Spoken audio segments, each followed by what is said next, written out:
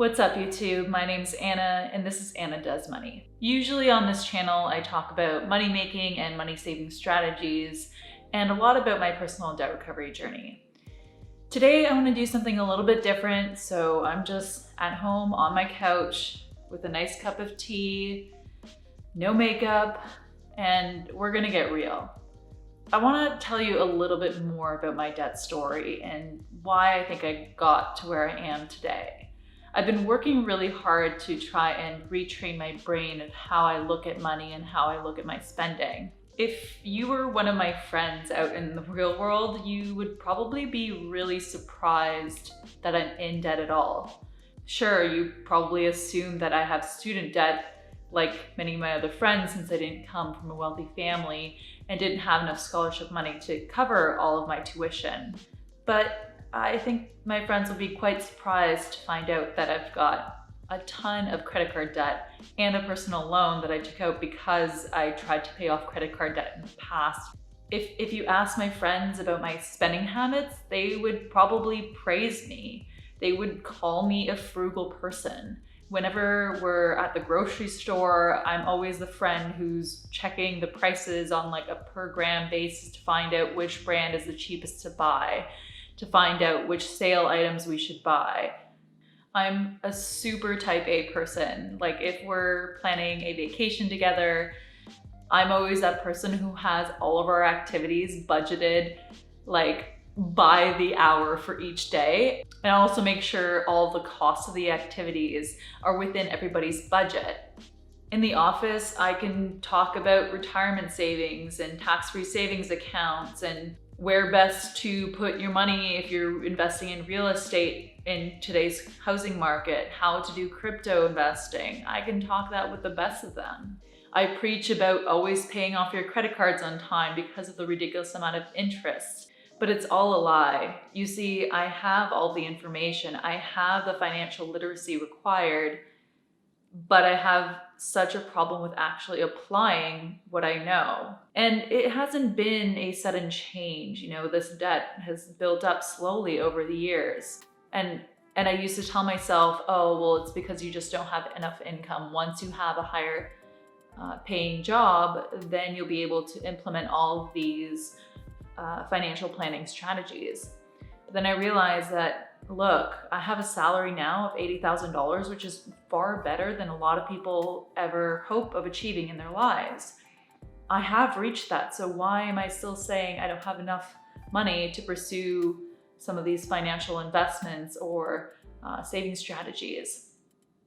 And the truth is that you don't need to have a high income to be saving. I have friends who didn't go to college who are making, $45,000 a year maybe, and they are super great with their money. They know they've bought their house, they've got their, retirement savings in order, they've got everything aligned. So it's really shouldn't be on income. So I titled this video Debt Confessions of a Shopaholic. The word shopaholic immediately makes us think of a girl on Fifth Avenue in New York maxing out her credit card. Well, I'm not that big on shopping in the traditional sense. I maybe shop for clothes once a year, but I will spend about $1,000 to just replace items that I need to be replaced. But I've realized that I'm really susceptible to online ads. I feel like most of my adult life, I've been searching for who I want to be and trying to find my authentic self. And in the process of doing that, I'll come across, say, a new aesthetic or a new interesting person on social media that looks like they're having an awesome time with their life. And I think, hey, maybe that's what I want to do with my life too. And those influencers, maybe not intentionally, but they make me think that in order to be happy and have the life that they have, I need those things as well. I need the same clothes, I need the same notebooks, I need the same iPhone or whatever it may be. I essentially overhaul my whole house just to try and emulate this influencer. Then a few months later or a couple of years later, when that aesthetic is no longer in fashion, the cycle repeats and I do it all over again. I'm also very much a vacation-holic. I don't go on vacation that often. I would say twice a year, which tends to be normal, but I've never said no to a trip with someone before.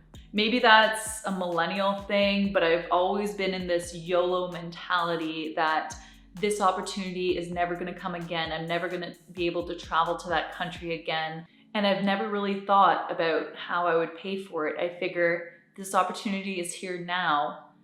I'm gonna go on it and I'll figure out how to pay for it later.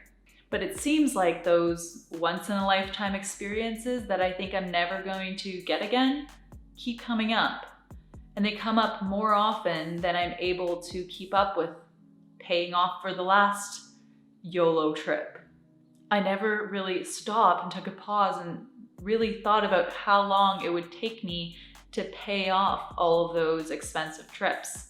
I don't regret any of it. I have some fantastic memories from traveling the world. I just wish I would have not done it on credit and I would have realized the hole I was digging myself into. Even when I started this budgeting journey, it was hard to admit to my coworkers that I couldn't go to the musical or to dinner or to whatever activity they were planning because I couldn't afford it. The answer they would always tell me is, sure you can afford it, because we were all working at the same place. They knew roughly what my salary was, so they didn't understand how they could afford it, but I couldn't afford it. Even now, I'm still struggling. Last week, my boyfriend invited me out to his cottage for a week. And I thought that's a great idea. You know, his parents are on the cottage. I don't really have to pay for anything. I could use my transportation budget in order to pay for gas for us to drive there. So that would be okay. But then I set a very specific budget for food. I know that I budget only $200 a month for food. And I told them, okay, so because I'm staying 1 week in my parents where I'm not paying for food, I can afford to maximum pay $100 for the 1 week that we are staying at the cottage. And I knew that would be an excellent budget, that we could, if he pitched $100 and I pitched $100, $200 is eating very well. Like we could get pretty much anything we wanted. But then we were at the store and he just kept pushing, hey, like let's get this expensive item or let's get this expensive item. And I kept pushing back and saying, hey, you know what? We set this budget. Please try and respect my budget because I can't go above it. And he would say, oh, well, what's $20 over budget? What's $30 over the budget? But I know myself, and I know if I allow myself to go a little bit over on the food budget, I'm probably gonna go a little bit over in other areas of my budget, and then suddenly there is no budget.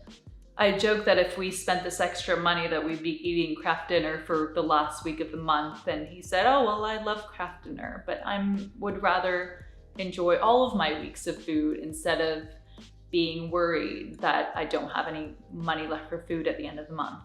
So in the end, I ended up being $30 over my budget, and I cried. I cried so much in the car, and that's when I think it hit him and he realized how serious I was about that budget in the first place. I think the problem was that he didn't really understand the full extent of why I was on such a strict budget, that I had these financial goals, that I wanted to pay off my debt, and then I wanted to go on to investing and saving for my future. Same as my friends, they think, oh, well, we make the same salary. I don't understand how I have savings and you don't. So I think that's a big lesson for everybody.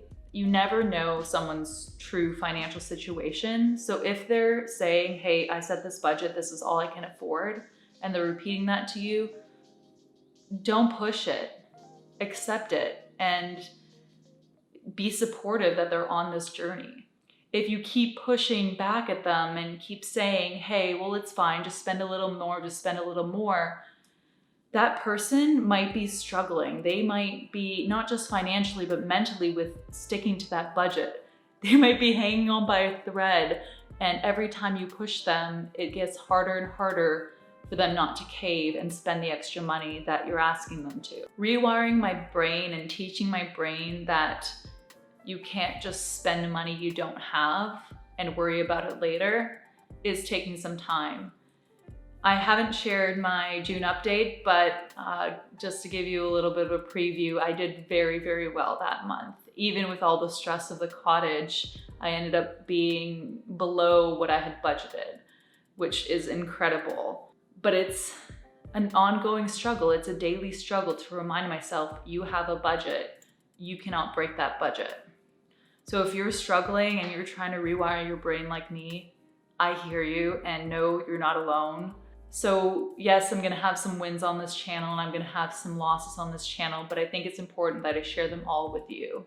I think that's gonna be it for today. Thank you so much for watching. I know this was a little bit different, but I think sometimes it's good to just sit down and have a heart-to-heart. Let me know your thoughts in the comments. Otherwise, thanks for your time, and I hope to see you next time on Anna Does Money. Peace out, dudes.